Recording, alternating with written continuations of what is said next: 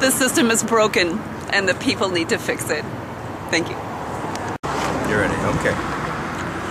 We have a number of issues, another number of problems, and the rich are getting richer, the poor are getting poorer. There's problems with the environmental,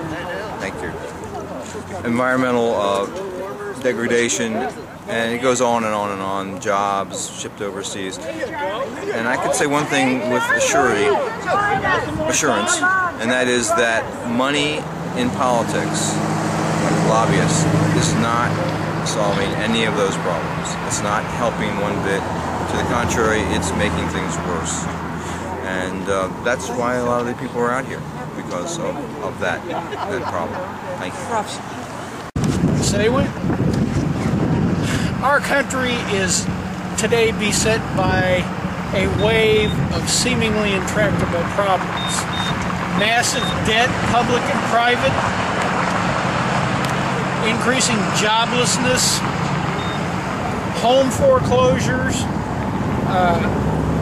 soaring costs of education, and a huge gap between the average wage earner and people who are doing extremely well. And our government, at the same time, seems absolutely powerless to do anything about this. But take a look at what's going on in our government. The United States Congress is essentially composed of three factions. On the one hand, you've got the Tea Party Republicans. These are people who think that most of the functions of government can actually be performed much better by the private sector. And this is regardless of whether it's public safety issues, police and fire protection, parks. If it was up to these people, you'd have tree condominiums in the Redwood Forest, and you'd pave the Everglades. They essentially believe that no property should be public property, it all should be in private hands, and that people who own property are the ones to best decide how to use it, irrespective of what effect it has on public safety or other people's property values. Second faction you've got in the Congress is the country club Republicans. These are people who pretty much don't care what you do, just so long as they can play their 18 holes on the weekend and they can have a drink at the club without having to rub elbows with the kind of riffraff that you see out here. You can't raise their taxes, and they have to have a massive standing army to protect their holdings from any threat, foreign or domestic.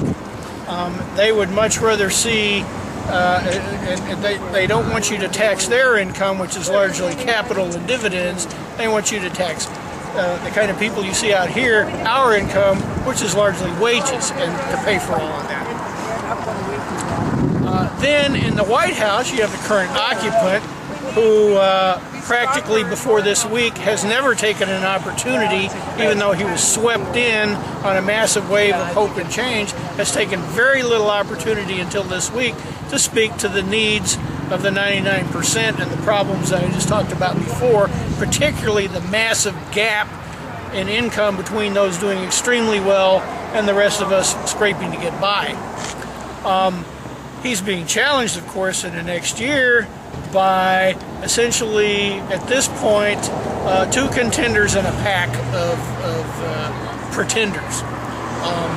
The first contender would be Scrooge McGingrich, who is a truly Dickensian figure who has rendered such proposals as taking 13-year-olds in failing schools and putting them to work cleaning the bathrooms and the floors. It brings to readily to mind, are there no prisons? Are there no workhouses? His primary opponent is a country club Republican who actually made his multi-million-dollar fortune by buying up struggling companies, laying off many of the workers, selling off many of the assets of the companies, in some cases completely destroying the companies, in other cases replacing jobs with good wages and benefits with low-wage jobs with little or no benefits.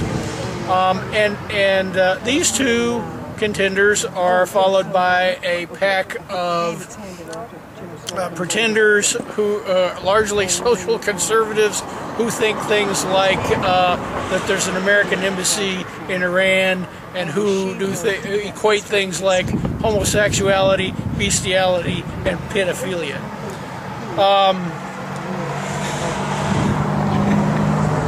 If we're going to change these things, if we're going to address the concerns of the 99%, we have got to change some of those factors and change them radically. By all means, get involved, get out there and vote for somebody who's going to make a difference. Thanks a lot.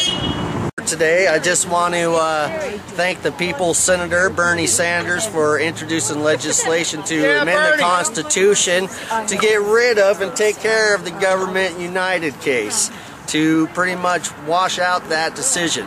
So everyone, please go to his website and sign the petition, and let's get this thing taken care of. And again, thank you, Bernie Sanders. Obama the disappointment.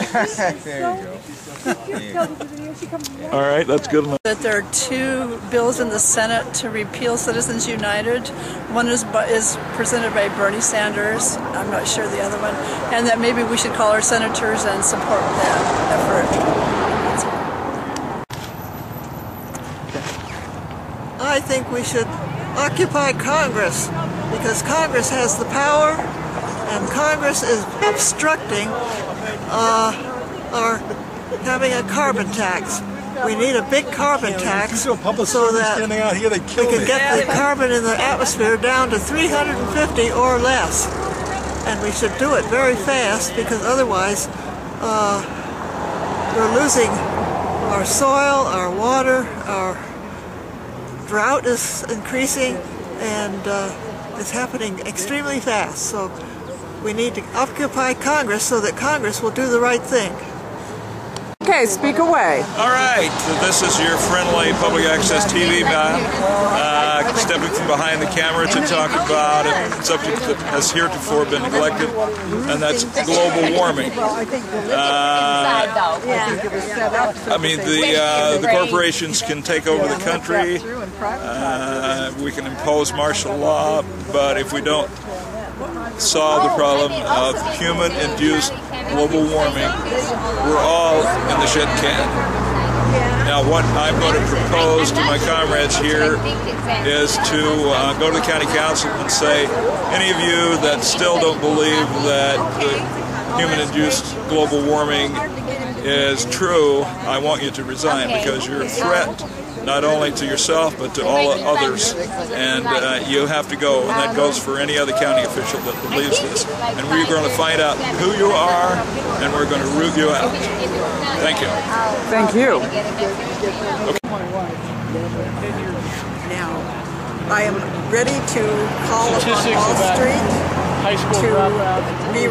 to take responsibility for robbing our country of billions of dollars and maybe trillions. You know, we're halfway there. It's looking like I'm right. Hopefully they will be put in jail where they belong, and power will come back to the people where it belongs. So, corporate greed, no. Human needs, yes. Like that. So that's my message for today. And you need Say it again, he said. What? Say it again. I wanted to make a new sign for today, but I ran out of time. But this says it all. You just go to Congress and buy a congressman, male or female, doesn't matter, Republican or Democrat, they're all for sale. Yay!